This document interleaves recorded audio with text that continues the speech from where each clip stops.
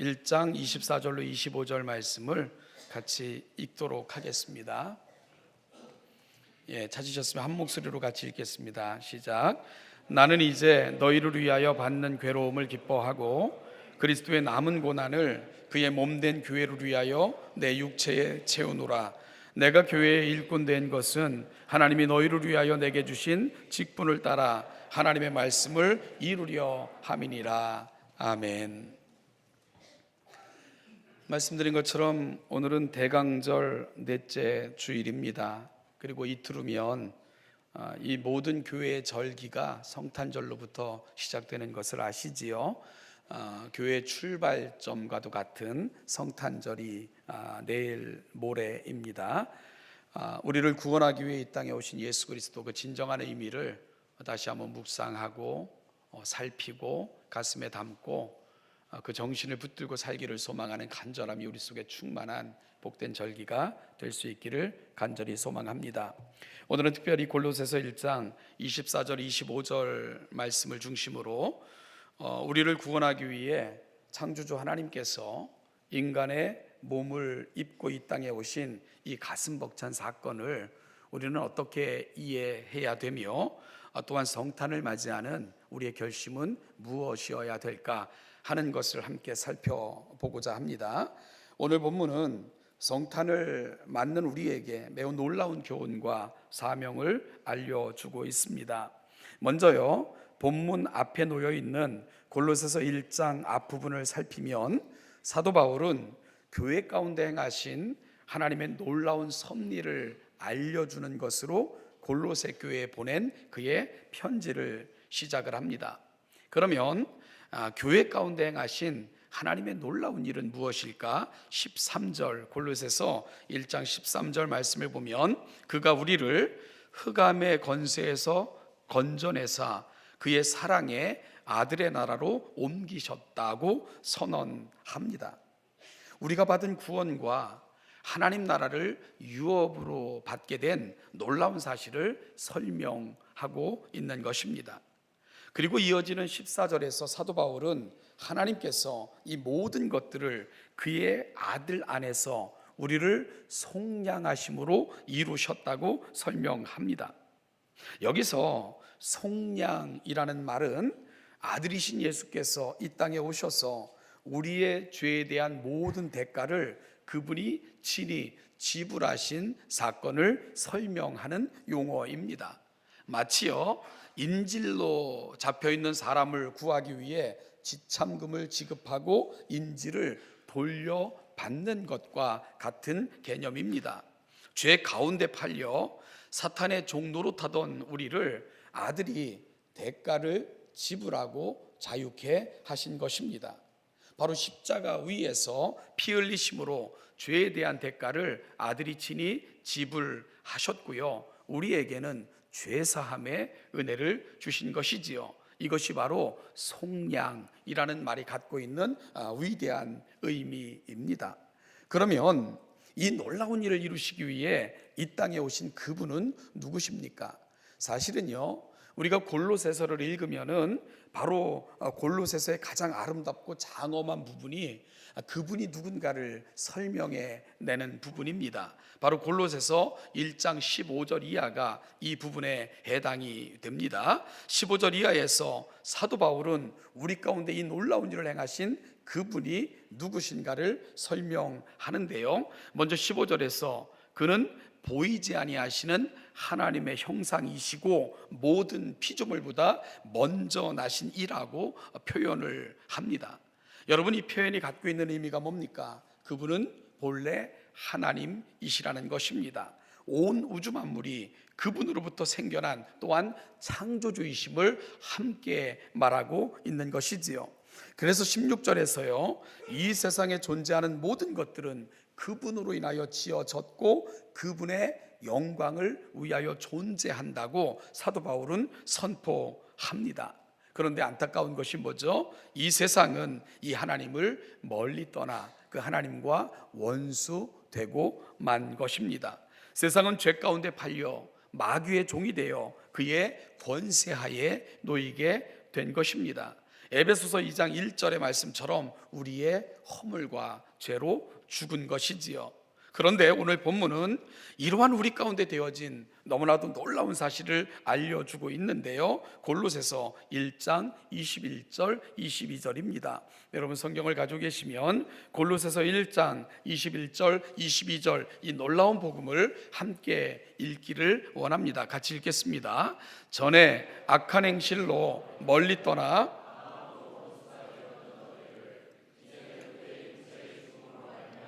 화목하게 하사 너희를 거룩하고 흠없고 책망할 것이 없는 자로 그 앞에 세우고자 하셨으니.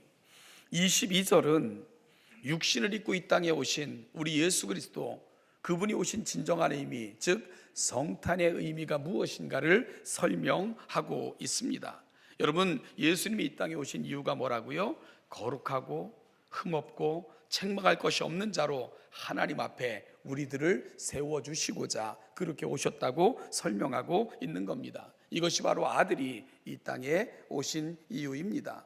이를 위해 창조주이시고 모든 만물의 주인 되시는 그분께서 육체의 죽음으로 말미암아 하나님과 우리를 화목하게 하셨습니다.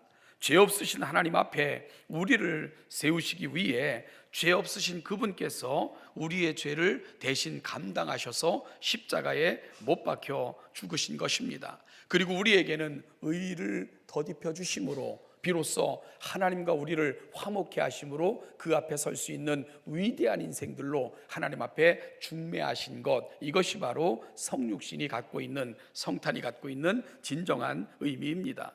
이것이 우리 주 예수 안에서 하나님께서 교회에게 행하신 것입니다. 이제 사도 바울은 골로새 교회를 향하여 이렇게 외칩니다. 23절입니다. 만일 너희가 믿음에 거하고 터 위에 굳게 서서 너희 들은 바 복음의 소망에서 흔들리지 아니하면 그러하리라. 여러분, 어떤 외침입니까? 바로 이 은혜로, 이 은혜 안으로 골로새 교회들을 사도 바울은 초청하고 있는 것입니다. 그러면 어떻게 이 놀라운 복음으로 우리가 초대를 받을 수가 있습니까? 어떻게 이 구원에 참여할 수가 있습니까? 우리의 의나 행함으로 이 구원에 이를 수는 없습니다. 우리 스스로 이 구원을 성취할 수는 없습니다. 하나님께서 행하신 이 놀라운 사실을 믿음으로 받아들이는 것입니다. 그리고 이 진리의 터 위에 흔들리지 않고 굳게 서는 것입니다. 그러면 앞에서 설명한 이 놀라운 구원을, 그 놀라운 구원의 역사를 우리도 경험하게 되고 누리게 되는 것입니다. 우리는 흑암의 권세로부터 노임을 받고 그 아들의 나라를 유업으로 상속받게 됩니다. 바로 믿음으로. 그리고 이 진리의 터 위에 굳건히 세워질 때 이와 같은 놀라운 역사가 우리 가운데 이루어지게 되는 것입니다. 이것이 기독교 복음의 본질이며 그리고 핵심입니다.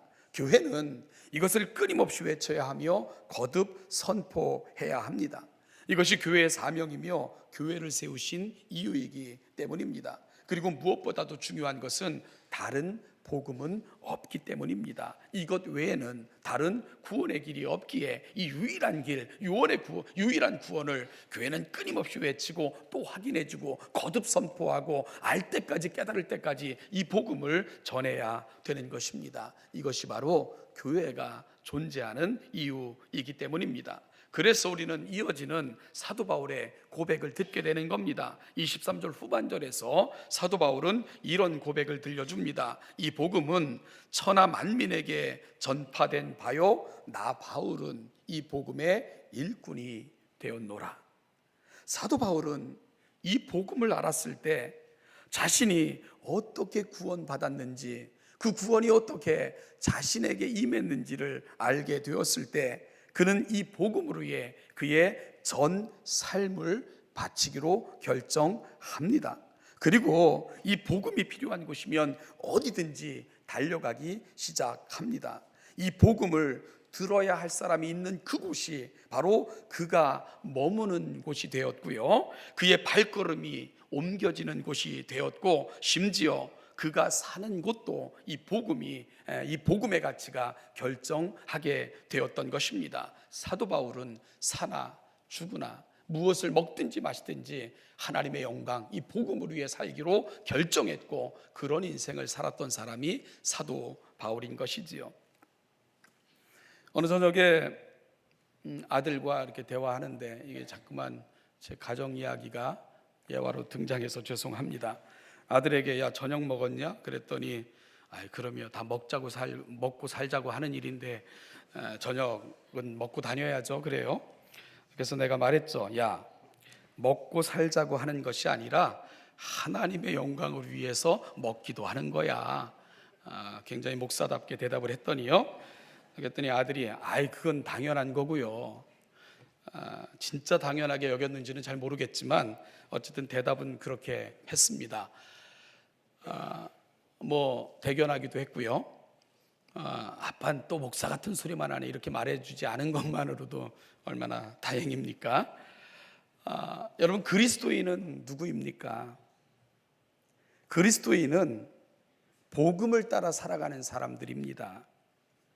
내 존재 가치는 하나님 보좌 버리시고 이 땅에 인간의 몸을 입고 오셨을 뿐만 아니라 거룩한 십자가에 자신의 모든 것을 내어주셔서 우리를 구원하신 그분으로 인하여 내 존재 가치가 생겨난 사람들, 여러분, 그들이 그리스도인입니다. 온 세상을 창조하시고 온 우주 만물을 창조하신 모든 것의 주인이신 그분이 피조물인 우리를 구원하기 위해 이 땅에 오셔서 십자가 위에서 모든 것을 내어주셨습니다. 그렇게 우리에게 구원을 허락하신 겁니다. 바로 거기서부터 내 존재 가치가 생겨나는 것입니다. 여러분 중에 혹시 스스로가 아무것도 아닌 것처럼 느껴지시는 분이 혹시 있으신가요?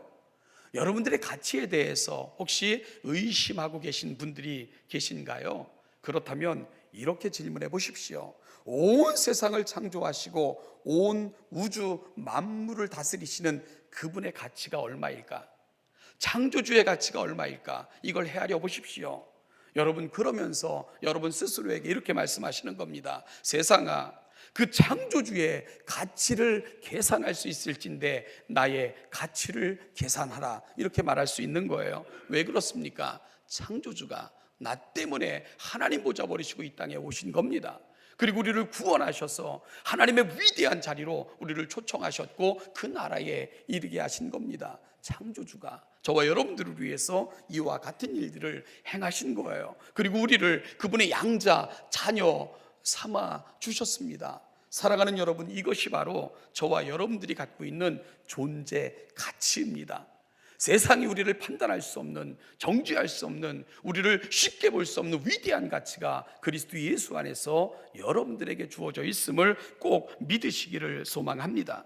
그리고 내 삶의 이유는 그래서 하나님을 영화롭게 하는 것입니다. 여러분, 왜 그렇습니까? 우리는 영원히 죽었던 사람들입니다. 영원히 죽었던 우리를 살리시기 위해 하나님이 이 땅에 오셔서 우리 대신 죽으시고 우리에게 생명을 주셨습니다. 온 우주 만물도 하나님으로 말미암아 지으심을 알았기에 온 우주 만물은 그분의 영광을 찬양합니다. 여러분, 그렇다면 하나님의 영원하신 생명과 은혜로 하나님의 자녀된 우리가 마땅히 우리 모든 삶을 통해 그분의 영광을 드러내는 것, 이거 마땅하고 당연하지 않겠습니까? 여러분, 그래서 하나님의 사람들의 삶의 목표가 있다면 그 하나님을 영화롭게 하는 데에 우리 삶의 목표가 맞추어져야 됩니다. 우리가 직장을 구할 때도, 우리가 직업을 위해 기도할 때도 하나님의 영광이 드러날 수 있는 직장을 위해 기도해야 되고요, 그와 같은 것들을 선택할 수 있는 지혜가 저와 여러분들에게는 있어야 됩니다. 여러분, 우리 청년들, 배우자를 선택하여 가정을 이루는 것도요, 하나님의 영광이 목표이어야 됩니다. 여러분들이 어디에서 살 것인가를 결정하는 것, 여러분, 그것도 학군 따라 움직이는 게 아니에요. 하나님의 영광을 따라 움직여져야 됩니다. 어디에서 살아야 하나님을 잘 섬기며 하나님의 위대한 가치를 드러낼 수 있을까? 내가 신앙생활하는데 어디가 유익할까를 조차 여러분들의 살아가는 삶의 자리도 결정돼야 되는 겁니다. 심지어 그리스도인들은 죽는 것도 하나님의 영광을 위해서 죽어야 됩니다. 마지막 순간까지 하나님의 영광을 드러내기를 소망하는 그 간절함이 그리스도인들의 가슴 속에는 끝까지 남아 있어야 된다는 겁니다. 사도 바울의 고백처럼 먹든지 마시든지 무엇을 하든지 다 하나님의 영광을 위해서 하겠다는 그 거룩한 결심, 이것이 바로 성도들의 결심이어야 됩니다. 여러분, 왜 그렇습니까? 우리는 그분으로 말미암아 생명을 얻은 자들이며 그분과 영원히 살 사람들이기 때문입니다. 그래서 마지막으로 성도의 결국은 그분의 영광 앞에 서는 것입니다. 우리가 어제까지 새벽마다 묵상했던 요한 1서에서 요한이 계속해서 알려줬던 부분이 그 부분이지 않습니까? 사도 요한은 우리에게 영생이 이미 주어졌고 활동하고 있음을 알게 하기 위해 이 편지를 썼노라고 고백하고 있습니다. 여러분, 영생은 우리가 죽는 순간 우리가 살아왔던 삶에 그 평가되어 주어지는 것이 아니라 예수 그리스도를 믿는 순간 영생은 우리에게 주어지는 겁니다. 성도가 이 세상을 떠나는 것은 영원히 누릴 그 장소로 이동하는 거지 영생을 얻기 위해 가는 것이 아님을 사도 요한은 분명히 고백하고 있습니다. 바로 우리는 이 세상에서도 영생을 얻은 자로 살다가 영원한 영생을 누리는 장소로의 이동, 이것이 바로 성도의 궁극적인 결론입니다. 이 모든 것들을 통해 우리가 분명히 확인할 수 있는 것이 뭡니까? 성도는 복음의 가치가, 그리고 그 가치와 그 우리가 받은 은혜가 그 삶의 방향과 목적과 내용을 결정하는 사람들이라는 것, 이것이 바로 저와 놓쳐서는 안 되는 가장 중요한 고백이어야 될 것입니다. 사도 바울은 예수를 알고 복음을 영접했을 때 그의 모든 삶은 이 복음을 통해 결정했습니다. 그래서 그의 고백은 24절의 결단으로 이 사실에 이끌어지는 겁니다. 24절에서 사도 바울은 이렇게 고백합니다. 나는 이제 너희를 위하여 받는 괴로움을 기뻐하고 그리스도의 남은 고난을 그의 몸된 교회를 위하여 내 육체에 채우노라. 여러분, 여기서 그리스도의 남은 고난은 그리스도를 위하여 살아가는 삶에서 겪게 되는 어려움을 말합니다. 특별히 이 복음의 일꾼이 되었노라라는 그의 고백을 통해서 볼 때 복음을 전파할 때 혹은 교회를 세워 나갈 때 겪는 어려움들, 이것이 그리스도의 남은 고난이라고 사도 바울은 표현하고 있는 것이지요. 그런데 이러한 고난을 왜 사도 바울은 그리스도의 남은 고난이라고 표현하고 있는 것일까요? 여러분, 그 이유를 18절에서 찾아볼 수 있게 됩니다. 18절에서 사도 바울은 이런 고백을 합니다. 그는 몸인 교회의 머리시라. 그가 근본이시여 죽은 자들 가운데서 먼저 나신 이시니 그는 친히 만물의 으뜸이 되려 하심이요. 예수를 뭐라고 표현합니까? 교회의 머리라고 표현하고 있습니다. 예수님은 교회의 머리가 되십니다. 그리고 성도들은 그 몸의 지체들로 부름을 받은 것입니다. 따라서 교회를 위해 겪는 고초는 곧 그리스도를 위한 고초가 되며 복음을 전파하기 위해 겪는 고난 역시 그 몸을 세우기 위한 고난이 되는 겁니다. 따라서 여러분, 우리가 복음 때문에 아니면 교회를 섬길 때 겪게 되는 어려움들은 전적으로 그리스도의 고난에 함께 동참하고 있는 것이라는 고백, 이것이 바로 사도 바울의 고백인 것입니다. 여러분, 그러면 그리스도의 고난은 언제까지 계속될까요?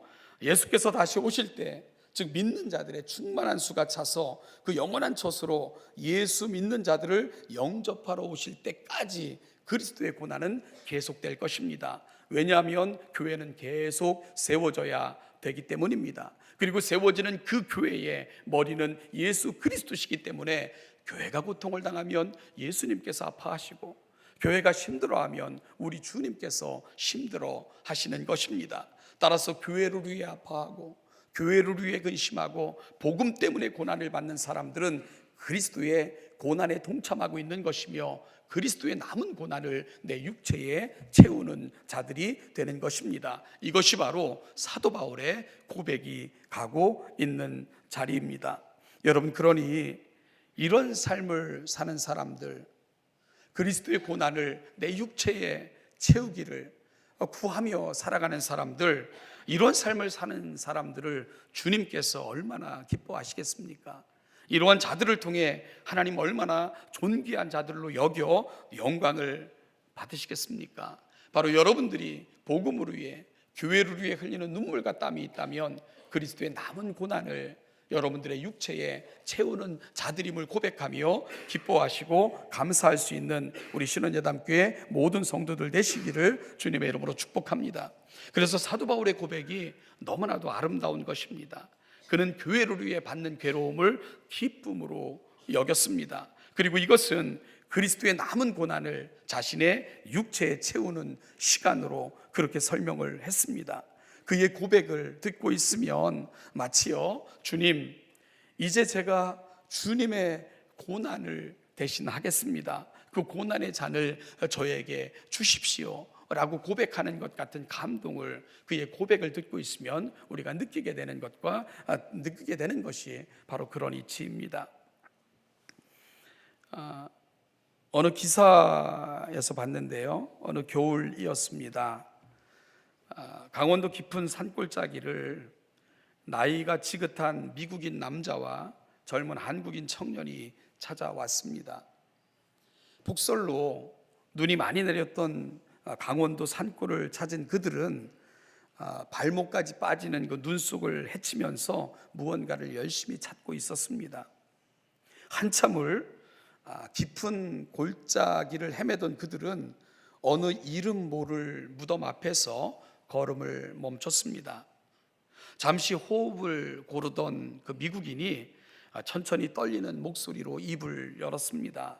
이곳이 바로 너를 낳은 어머니가 묻힌 곳이란다. 이 나이가 지긋한 미국인이 이 청년에게, 함께 온 청년에게 이와 같은 말을 하자 청년의 몸이 떨리더니 급기야 무릎을 꿇고 그 앞에 엎드려 눈물을 주르르 흘렀습니다. 시간은 먼 과거로 돌아갑니다.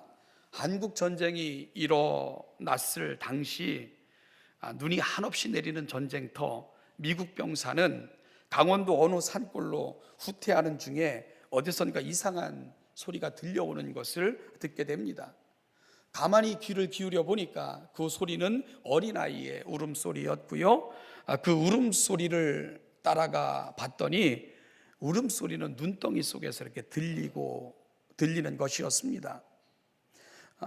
미국인 병사는 아이를 살리기 위해 눈을 열심히 치우던 중, 눈에 쌓여 있으니까 그 속에서 아이의 울음소리가 들렸으니까요, 눈을 열심히 치우던 중 아주 그 소스라치게 놀라지 않을 수가 없었습니다. 그 눈 속에 아이가 살아있는 것도 놀라운 일이었지만 더 놀라운 것은요, 눈 속에 파묻혀 아이를 안고 있는 어머니는 옷도 하나 걸치지 않은 알몸이었다는 사실을 보게 됐던 것입니다. 피난을 가던 어머니가 산속 깊은 골짜기 눈 속에 갇히게 되자 아이를 살리기 위해 자신이 입었던 모든 옷을 다 벗어서는 그 아이를 겹겹이 감싼 것입니다. 그리고 온몸으로 그렇게 감싼 아이를 품에 안고는 눈 속 그 어머니는 얼어 죽은 것이고요, 그 미국 병사가 도착했을 때 그 아이는 희미하게나마 그 엄마의 품속에서 울며 숨을 쉬고 있었던 것이지요. 그 모습에 감동을 한 미국인 병사는 자식을 위해 알몸으로 죽은 어머니를 언 땅에 묻어주고요, 어머니 품에서 울어대던 갓난아이를 미국으로 데려가 아들로 키우게 됐던 것입니다. 아이가 자라 청년이 되자 미국인 아버지는 한국에서 데려다 키운 청년에게 지나간 일들, 상황을 자세히 이야기해 주고는 그 아이가 어떻게 미국까지 오게 된 연유를 설명을 했습니다.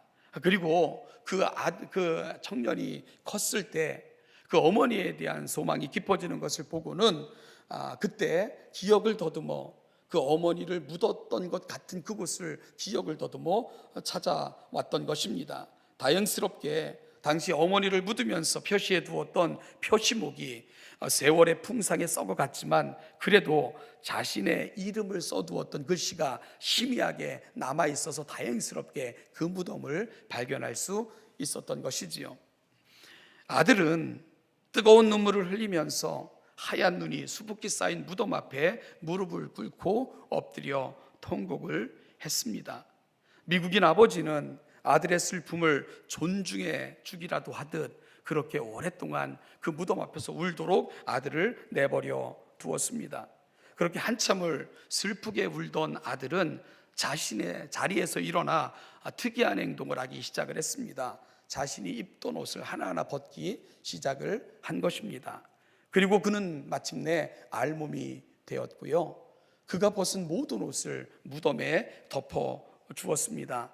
그리고는 그 무덤에 엎드려 청년이 이런 고백을 합니다. 어머니, 그날 얼마나 추우셨어요. 이젠 제가 어머니를 따뜻하게 해드릴게요 하면서 그 옷을 하나하나 무덤에 덮어 드렸습니다.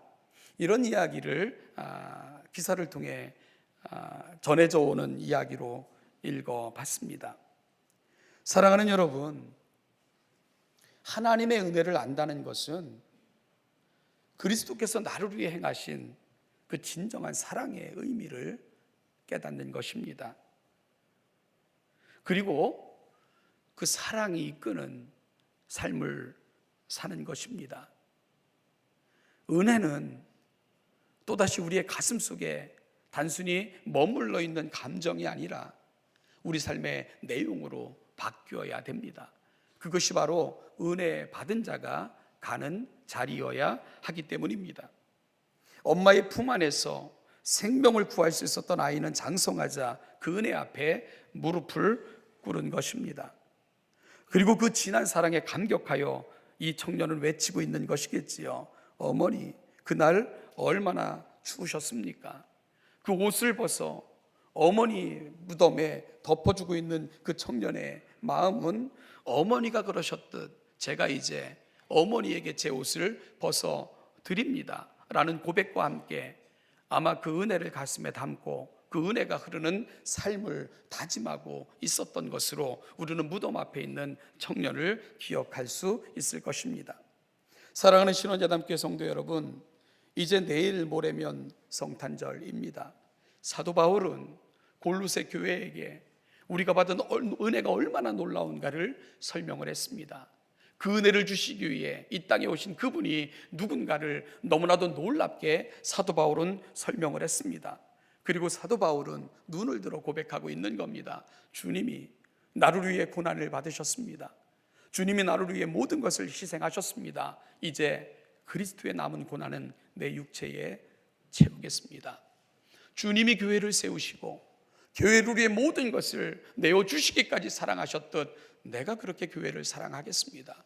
내가 그렇게 교회를 위해 울겠습니다. 내가 나를 위해 이 놀라운 복음을 전해주셨던 그 은혜에 감동하여 복음이 이끄는 삶, 복음이 가라는 자리, 복음이 원하는 삶을 이제 내가 살아내겠습니다. 사도 바울은 그렇게 저와 여러분들에게 고백하고 있는 것입니다. 사랑하는 신원자담교회 성도 여러분, 이 성탄절을 또다시 맞이하며 우리의 결심은 어디로 가야 될까요? 오늘 우리가 마음에 품고 떠나야 되는 우리의 생각은 무엇일까요? 그리스도의 남은 고난, 더불어 살아가는 사람들을 위해, 교회를 위해 우리의 육체에 채우기로 결심하고 다짐하며 떠나가는 저와 여러분 될 수 있기를 간절히 주님의 이름으로 축복합니다. 기도하겠습니다. 하나님 아버지 은혜와 사랑을 감사합니다. 오늘 이 아침도 하나님의 거룩한 자녀들 구속받은 은혜를 붙들고 여기에 모여 있습니다. 우리가 받은 은혜가 얼마나 놀랍고 신기한 것인가를 다시 한번 기억하면서 은혜가 이끄는 삶, 또한 은혜에 이끌리는 삶, 은혜로 모양되어지는 거룩한 삶을 결심하고 떠나가는 이 복된 자리가 되게 하여 주옵소서. 나를 위해 모든 것 내어주시기까지 사랑하신 그 사랑에 감동하여 사랑이 단순히 감정이 아니라 우리 삶의 내용이 되고 우리가 그리스도와 함께 따라가야 될 삶의 모범으로 우리 가슴에 담고 떠나갈 수 있는 이 귀하고 복된 예배의 자리가 되게 하여 주시옵소서. 감사드리며 예수님의 이름으로 기도하옵나이다. 아멘. 찬송.